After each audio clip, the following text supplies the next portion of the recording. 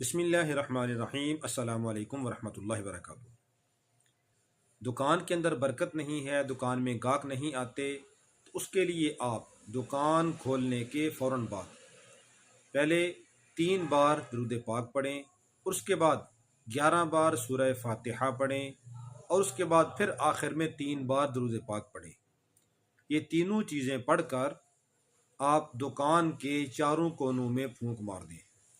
आप रोज़ाना सुबह ये अमल करें, इंशाअल्लाहुल अज़ीज़ अल्लाह रब्बुल आलमीन ग्राहकों के दिल में आपकी मोहब्बत डाल देंगे और ग्राहकों की कसरत होगी, दुकान की बिक्री होगी, दुकान के अंदर अल्लाह रब्बुल आलमीन बरकत डाल देंगे।